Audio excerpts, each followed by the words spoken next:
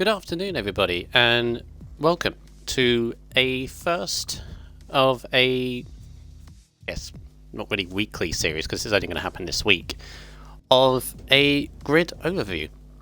So this is basically just going to be me going over all the tiers, all the drivers of each tier in general. So obviously starting off with the first one that is going to be the first one of the season in Division 2. Yeah, I'll be going over a few of the drivers, giving my opinions, and they are opinions before anybody starts yelling at me to say, oh, you're not right, and so on and so forth. It's just my opinion, just my view. And, so, and for the viewers as well, just to give you a little bit of insight on, who's in the division, because they have been mixed up a little bit, obviously, by the admins of RSF1. So, without further ado, let us begin. I am RSF1 Michael, also known as Brundle, hence why this is called Brundle's Grid World, like what he does in real life. So yeah, let's begin, shall we? So the first kind of team we're going to have a look at now in Division 2 is Mercedes, of course. Obviously the black Mercedes this time, not going back to the silver livery, and to be honest, I kind of like the livery now. Yeah, as I said, this is going to be a quick run through of all the drivers in the teams and my opinions on them. So, start off with Mercedes, and the first driver we've got to look at is LR Evo. Evo is a very popular driver. Quite a few people say Evo whenever he's on the stream. So yeah, he's got a fair good followers. Relatively new, I believe. He joined, he's up from Division 3. So, first of all, obviously being promoted from Division 3 last season, he's going to make the step up into F2, because F2 is a very competitive tier. Obviously, I would know from last season because I was in it. So, he's going to make that step up, but I think he could. I think he could surprise a few with a few results. Wasn't a Ferrari last season. I don't know it's equal cars, but we all know, handling differences. It's different. Mercedes is different to Ferrari, again, in my view. Mercedes is a bit more slidey. Like the rear end is a bit more slidey, so you have to adjust your setups if you are in a more stable car. So, again, he's got to get used to that. I think he could do well. Hello, Evo. Picked up 38 points last season in F3, but his pace showed that he should be fine in Division 2. And in terms of his teammate, he's actually joined by another fellow F3 driver from last season of Dangerous Dan, the champion, no less, of Division 3 last season with 331 points. He won the Division 3 title by 26 points in the end. Didn't tell the entire story because he was pushed by Toto Wolff and JS Lee and at Science at times. So again, Dangerous Dan, similar to Evo, can have to make the step up to F2, but Dangerous Dan has showed time and time again that he does definitely have the pace to keep up in F2. How many races did he win? About 6 or 7 last season, so looking very potent for this season, I reckon. Been in a few practice sessions with him for Australia, preparation for tonight. He's looking quick. I wouldn't be surprised if he's on the podium in the first race, which will be a big statement, as I said, considering he's come up from F3. So that's Mercedes team. Good strong partnership between the two. Again, though, both of them new to F2, so I have to get used to the competitiveness and the closeness of F2 to see how they do. Next up is the Ferrari team. Obviously, the big red team from Maranello. And the first driver in Ferrari is FFR Milan, who used to be in an Alfa Romeo, so technically promoted in that respect from the B Ferrari team to the A Ferrari team of Ferrari. Milan, obviously mostly known for his mistime of brakes in turn 1 in Mexico. Not to rub that in. Obviously, it was a genuine mistake, but that's what most people remember him, unfortunately. A little bit unfair in respect because I think he does have the pace to get on. He got 68 points in F2 last season, and I believe he didn't start the season from the beginning in F2. So again, yeah, could be a surprise to many of the regular drivers in F2. I say regular, not loads that have been there already. So yeah, what can he do in his first full season is the question I would have. Doesn't have to change his driving style that much because he's going from a Ferrari engine car to a Ferrari engine car, so that always helps. And yeah, let's see what he can do. He is partnered up with Brutal Reapers. Now, Brutal Reapers is, in my view, in terms of raw pace alone, one of the fastest in F2 in this current grid. And again, that's just my personal opinion on him. Last season, like myself, got in a very run of bad luck, basically. I was in discussions with him in most of the races, and yeah, he was in situations which just wrong place at the wrong time, basically. Definitely has the ability to win a couple of races, I think, this season, Brutal Reapers. Going from a Racing Point to a Ferrari this season, so again, might need to change around a few things. But it'd be interesting to see what he can do. And that is the Ferrari team. Next team is the Aston Martin Red Bull. And this is my team. This is the car I'm driving this season. Yeah, I'm relatively happy with Red Bull. It's not the worst car. It's also not the best car. It's kind of in between. Pretty okay handling wise. So again, I could do well this season. Obviously, I've got to cut down on the penalties. I've got to cut down on the corner cutting to stand any chance. But yeah, it's gonna be a tough this season this time. I don't think myself I'm gonna be up there consistently. I mean, I've got the few tracks like Canada and Baku and all around there. I'll see where I'm at, but could be good. My teammate for this season is Hudson 1994, who has stayed in the Red Bull. One of the very few drivers that have stayed in their car from last season. Very decent driver, Hudson. I'm very, very happy with Hudson as a teammate. Used to race with him in a league that he used to run a few months back, maybe in half a year back. Knows his way around, basically. So will turn up, is reliable. So that's always a good thing to have in a teammate. So again, I'm very, very happy with this. Yeah, could be interesting. Could be interesting to see what he does. How many points did he get last season? Hudson, where are you? You got 46 points last season. Again, similar to Brutal Reapers and myself, got into situations that were a little bit unlucky, really. But again, should be a solid season from the Red Bull team, if I do say so myself. Next up is the Tango team of McLaren F1. And the first driver we got to mention is, in my view, could be one of the title protagonists, and that is Muddy Biscuit in the McLaren. He's also the team principal of McLaren. So obviously with a team principal, he's the only team principal of F2, by the way. So a little bit of pressure on him to bring results for his team that he is obviously helping running with his other McLaren teammates in the other tiers. Muddy Biscuit, runner-up in the F2 Championship. 4 points he lost out on to Steerage, who I believe is in F1 now.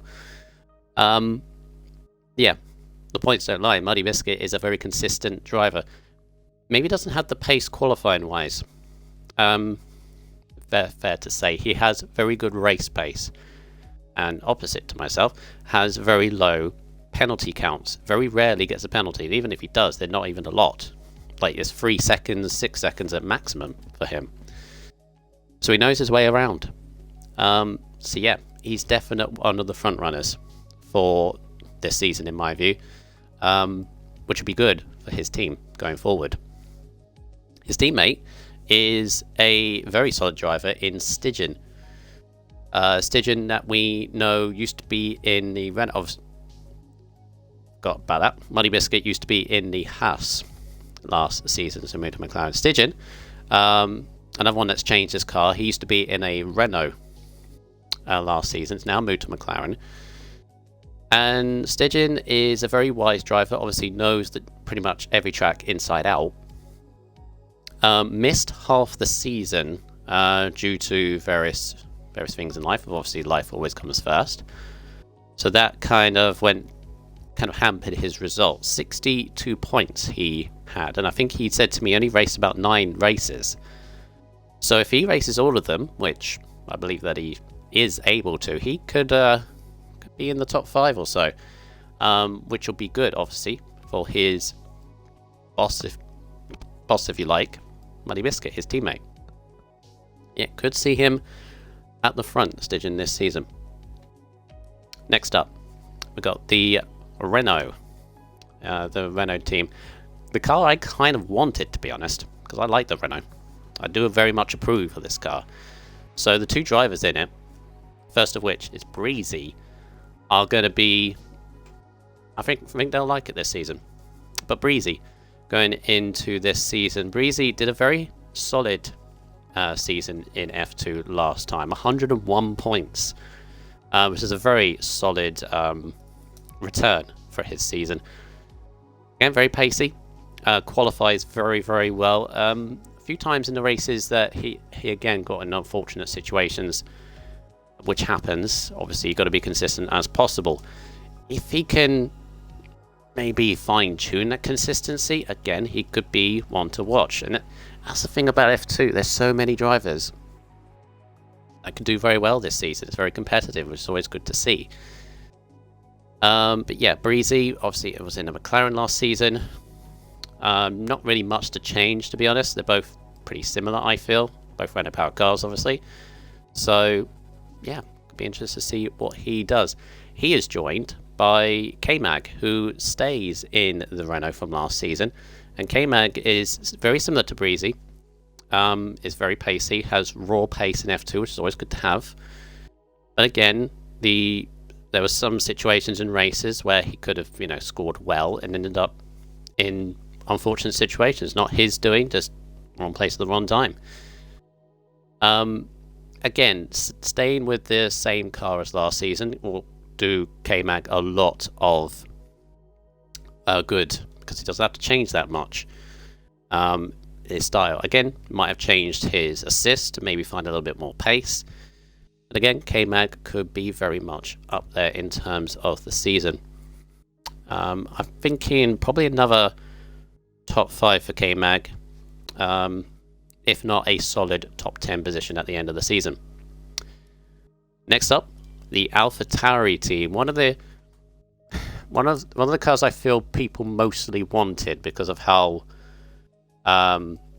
good the team is, and I mean, again, in my opinion, looks arguably one of the best cars on the grid. But in terms of the drivers, the first driver is my former teammate of Gruntastrophe, or is now called Grunty36.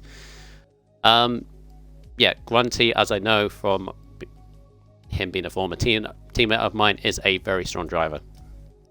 Got a bit unfortunate, like most of us did last season. Got a bit unfortunate last season in terms of results that he got.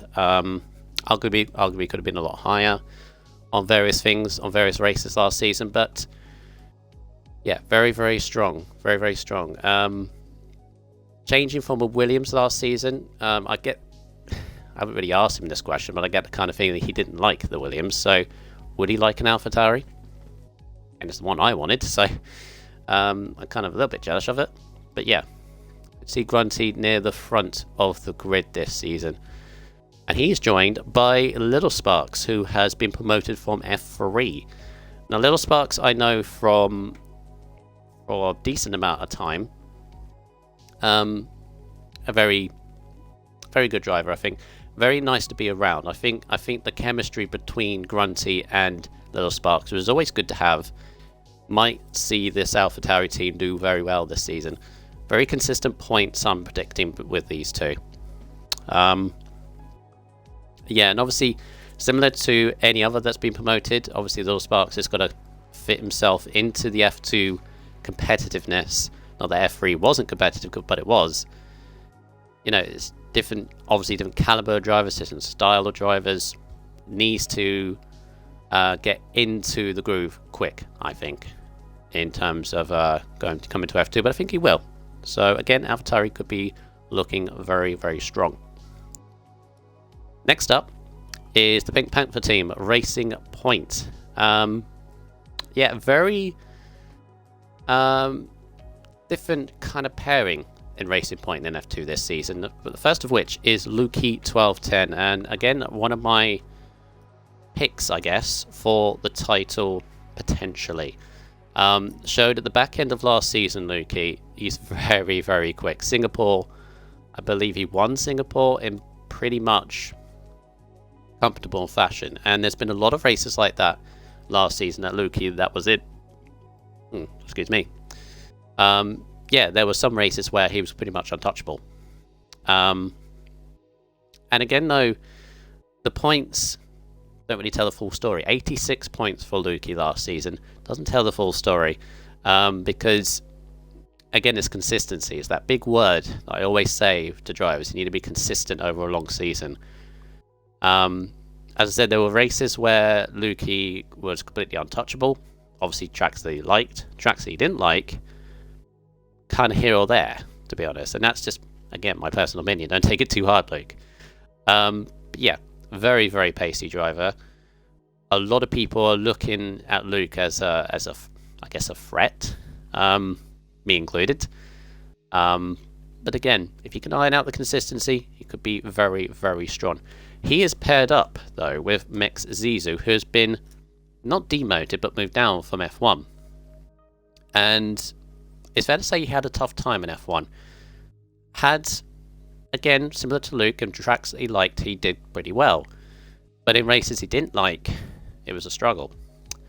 And the question would be, like this season, can he pick up the motivation? He's in F2, arguably could be more competitive than last season in F1. But does he still have the motivation to run it? I think he does. Believe that he does. And if he can pick that up, Racing Point could be a threat moving forward. Yeah, that is the Racing Point team.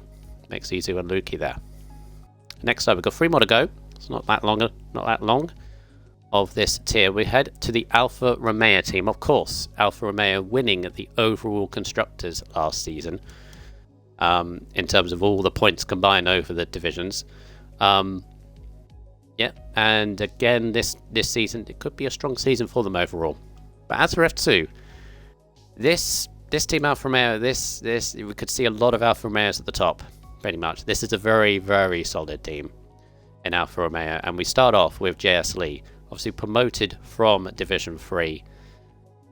I feel JS Lee, the last 4 races of the season, because I think it was 5 races to go, he was in with the title hunt. Up with Dangerous Dan and Turtle Wolf for the title. Got very, very unfortunate, I feel. I feel like if he didn't have the bad result in USA and then Brazil, I believe, was the other one, I think he would have been very, very close to the eventual winner, Dangerous Dan. It seems to me, I feel JSD, I think he's going to be out for revenge. I think he would want to beat Dangerous Dan. And Dangerous Dan, as I said earlier, at the Mercedes team, Dangerous Dan's going to be at the top.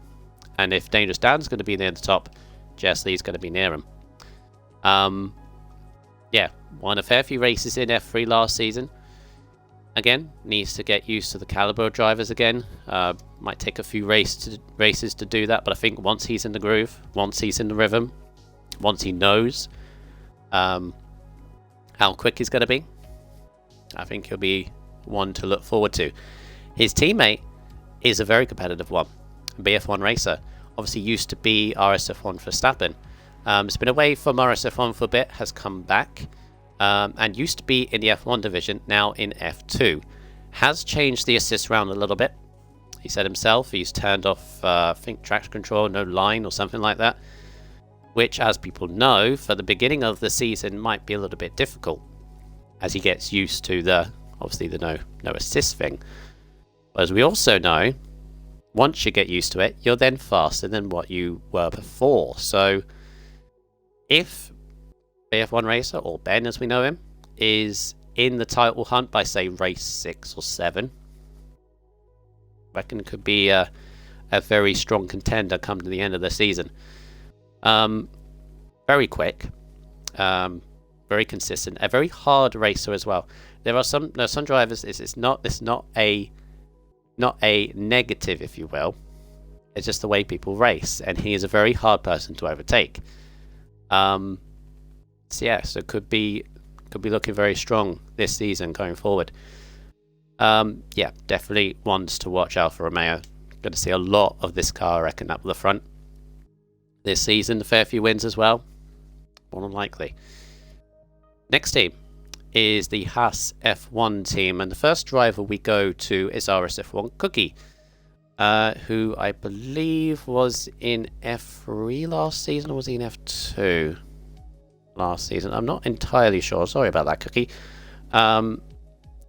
I don't really know much about Cookie, to be honest. This is one of the drivers I don't really know much about going forward this season. I believe he was in F3. So again, he's got to step up to go into F2. Believe he was a reserve for most of the season as well. So again, first full season for RSF1 Cookie. It seems a very, very nice driver. So again, it'd be interested to see what he can do going forward. So I'm sorry I don't have a lot of information about him, but that's how we'll go sometimes with these things. But yeah, I'll be interested to see what he does. And he is partnered up with one of the female drivers that we have in the league. We have two of them, one of which is in F4, and we will get to her obviously later on. But this is one of them, and this is Sync Saiju, or used to be Sync Veloce, who used to race in F1 a couple of times. So again, both drivers having their first full season in RSF1, I believe. So yeah, they got to get into consistency quicker, getting the results week in, week out. As for Sync Veloce, showed of the races that she did race quite good pace going forward in F1. So again, similar to Mexizo as well. Does she have the confidence for doing F2 week in, week out? Again, we haven't seen what she could do completely, so a little bit of a dark horse potentially for the season. So again, both of these drivers is kind of an unknown for these two, so could be ones to watch. And finally, the last team is the Williams team, my former car that I raced last season, and it was a bit of a handful at times, but should be good if you can get the handle of it, which these two drivers certainly can, because they're both very experienced in league racing. The first one is Ripon One Shot, who used to be in the Racing Point last season. Ripon One Shot, how many points did he get in F2? He got 64 points, so kind of similar to myself. Has the pace to be consistently top 10, top 5 at times, but getting in the wrong situation. I remember Silverstone, a particular battle with himself and Element Snow, which went a little bit there. But yeah, if he can get out those unfortunate situations, get into some consistency, doing some good results, he's definitely capable of doing so. But if he can be out of it, it's not anything against him. Again, wrong place, wrong time. But if the luck goes to him, could be, again, one to watch. Could be a couple of race wins from Ripon One Shot this season. And he is joined by Magic Marks of in F2. Magic Mark had 39 points in the Haas. Don't think he raced every race as well. Had a kind of half season in F2 last season. So again, this season's got to do the full season for the first time. Again, similar to One Shot. Has the pace, raw pace, which you have to have raw pace in this division. Has the raw pace to qualify well, race well. I feel like he's more of a qualifier than a racer. So again, if he can iron out the race results, could be quite good for him going forward. Yeah, could be a strong season for Magic Mark. And that's it. That is all the teams for Division 2. Again, don't have the complete information from all the drivers. Apologies for Cookie, I don't know much about him, but yeah, a very solid division. This is going to be very interesting. Of course, on Sundays, 8 PM, so later tonight, if you're watching this earlier Sunday or whenever you watch it, obviously later on the same day is going to be the F2 division, and your commentators for F2, because I will mention who the commentators are for each division as I go through them this week. So the first one, Sundays, is going to be Primus Gaming. It's going to be streaming. He's been commentating F2 for a very long time now, so knows the division, knows a lot of these drivers in and out. So obviously the few drivers that he'll have to be acquainted to, those that have been promoted and demoted, I guess, from F3 and F1. Yeah, and did a very solid job in F2, I must say. And he is partnered with Sync Diggles, who, obviously, breaking news, Sync Diggles will not be commentating tonight, unfortunately. He has errand that he must do. So I believe we'll have Vettel SF1H, the guy that used to do F2 with Primus Gaming from last season. I believe he is in the comms box tonight. But yeah, Sync Diggles and Primus Gaming, that's going to be an interesting combination between the two. I think they got a very good tier to watch and commentate on, and yeah, wish them good luck. Finally, for the last couple of minutes, I guess, half an hour is not too bad. My last thing is predictions. My personal top 5 drivers and top 3 teams. Now, again, as I said at the start of this is just an opinion show. This is just based on what I believe. Other people could have different opinions. We all love our opinions. Seems to be the word lately. But no, don't have a go at me if I say, oh, why didn't you include me? It's just my fault. It's just my fault. And as I said before, this tier is very difficult to predict. There are so many drivers, some of which are unknown. I don't know what they're capable of, or that some people that I know what they're capable of, but it could go different. It's just the way league racing goes. But just for, discussion's sake, this is my top 5 drivers. We'll start off with drivers first. 5th place, I'm going to put my former teammate Grunty, 36, in 5th place. Again, could be higher. But again, these top 5 you can put in any sort of order, really. It's just I had to put an order, and Grunty's in 5th place, which is not. I don't think he'd be too disappointed with 5th place. Obviously, he would want to prove me wrong, as most of these drivers would, if I put them lower than what they think. But yeah, 5th place, I think, which will be one lower than what he did last season, but I think he'll get more points than last season. I think all these 5 are going to get plus 150 points, and I think Grunt will get more than what he did last season, which was 142. So again, 5th place for him, I believe. 4th place, I'm going to put Dangerous Dan. As I said before, up from F3, very quick in F3 last season, looks already very quick. I know Australia, we've only just practiced Australia. Too much, one would say. We've practiced too much in Australia, but he's looking very quick already. If he can have a good, strong start to the season, could be pretty good. 4th place, again, I think he'll be very, very happy with that, considering he's up from F3. Yeah, so that's where I've put him. 3rd place, I've put... where's this team? Muddy Biscuit. In 3rd place is where I've put Muddy Biscuit. Again, Very unfortunate to miss out on the championship last season. He had the lead of the championship, I think 6 rounds to go, and then a mighty surge from steerage managed to nick the title from under his nose. Again, could be second, could be first for him, but third, I can be relatively happy with that. Definitely a few wins from Muddy Biscuit. As I said before, very, very solid driver, very consistent. He keeps the penalties down, which is always a good thing, opposite of myself.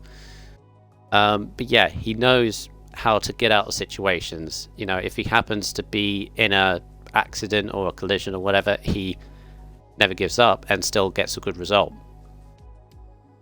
So third place for him. Second, I'm going to put Lukey 1210. Again, I said before with Lukey, his raw pace will do him a world of good for F2. Needs to get, as I said, the consistency of the race results. He will push who I've put first. He could, again, necessarily win. But yeah, I reckon he will get very, very close. I reckon the top 4, maybe 5, will be within 30, 40 points of each other. I reckon it'll be a very, very close top of the championship. But I put Lukey second, which means who have I put first? And first, I have actually, where is this car again? I keep missing where all these cars are. There we go. First, I put an Alfa Romeo driver. But which one is it? Lee or Ben? I've put Ben. I've put Ben to win the F2 championship. I think he's come back into RSF1 with motivation. He's got still the raw pace, in my view, to be near the top of the season again. Has to get used to the assists that is obviously changed round. He says he's getting better with them, and I can see that he is getting better with them. Already looks on pace to be near the top of F2. But obviously, with new assists, obviously, as we go through the tracks, it could be some tracks that may not suit him, obviously, with the new assists he has to manage. But again, I feel that if by the time we get past, say, Monaco into Canada, Baku, I reckon if he's top 4, top 5, and within a race win of the leader, I reckon it spends this season. But it does, as I say, all rely on how we can get used to those assists going forward and see what it can do. Again, would be very pushed by Lukey. Lukey could beat him. Again, Muddy Biscuit could beat him. Dangerous Dan could beat him. Anyone could beat him. But it's just in my view, that's my top 5. As for drivers, as for teams, I'm going to put a top 3 this time. I'm not top 5. And it's top 3. And this is based on reliability. I think every driver is going to be very reliable in Tier 2. I don't really see any driver that's going to, drop out of races. Obviously, life could get in the way, but I feel most of the drivers will turn up, which is always a good start. But you need 2 consistent, solid drivers, that are going to be in the points week in, week out. So who do I think is going to be the top 3? Third place, I'll put in the AlphaTauri team of Grunty and Little Sparks. Grunty, I know, is going to be near the top. Obviously, I put him in 5th place. Little Sparks, as I said, is a driver that you can easily talk to. And I reckon as soon as these 2 click, as soon as these 2 talk strategies and so on and so forth, I reckon there will be a very strong team going forward. A very stable, very solid, strong 3rd place, I reckon, for the AlphaTauri team. Second, I'm going to put the Tango team, McLaren, of Muddy Biscuit and Stygian. Muddy Biscuit, obviously, I put in the title fight. 3rd place I put for him. But again, could easily win the drivers. Team principal, of course, of McLaren's. He's going to be very much more motivated to score points for his team. For his teammates. Stygian, as most of us know, is a very solid, wise driver. Will hopefully turn up to more races than he did this season. I hope he can hope he can race full season. Sorry. Again, like Money Biscuit is low on the penalties. Very rarely gets into incidents. Very rarely gets lets things get under his skin. So 2 very solid. And again, I reckon these top 3, I reckon McLaren second, Tower even third. I reckon they're going to be very close to my predicted winner of the constructors. So again, we could see our winner here. But who have I put first? Based on everything I've said, obviously with the drivers that I've said. I mean, if most were listening, they probably could figure it out, because I've got 2 drivers in the top 5. And that team is Alfa Romeo. Yeah, JS Lee and BF1 Racer. The only thing that I did think about is both of them could be in a title fight. Both of them are very quick drivers. They're also both very competitive, and the only thing that slightly not concerns me, I don't know, what slightly I think about is, what if they're both in the title fight? What if they're both in a situation where they're going to have to work together? Could they work together? I reckon they could, but there's a little thing in the back of my mind. They're both very, very competitive, both very strong drivers. Could they work together with this? I reckon if they can, it could be one to watch. This is the team, I reckon, that could be near the front week in, week out.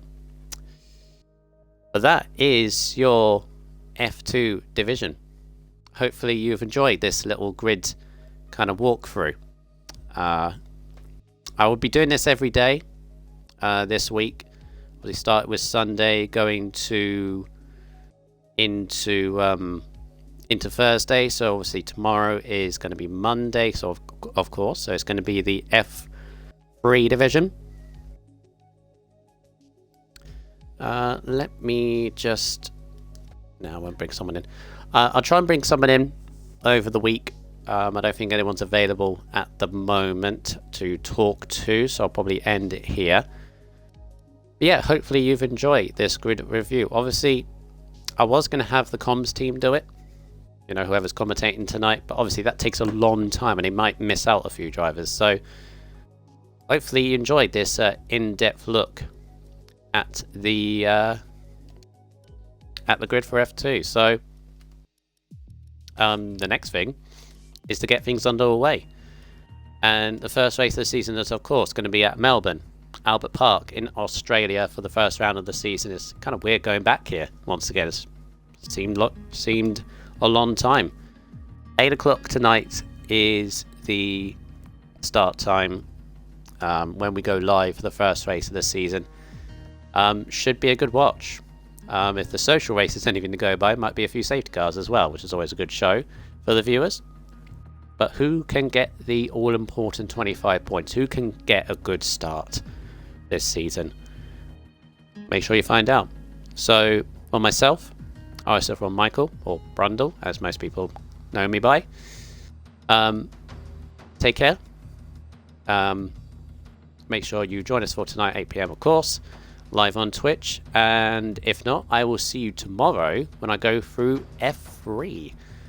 That's going to be a fun one. So make sure you join me for that. Until then, good night.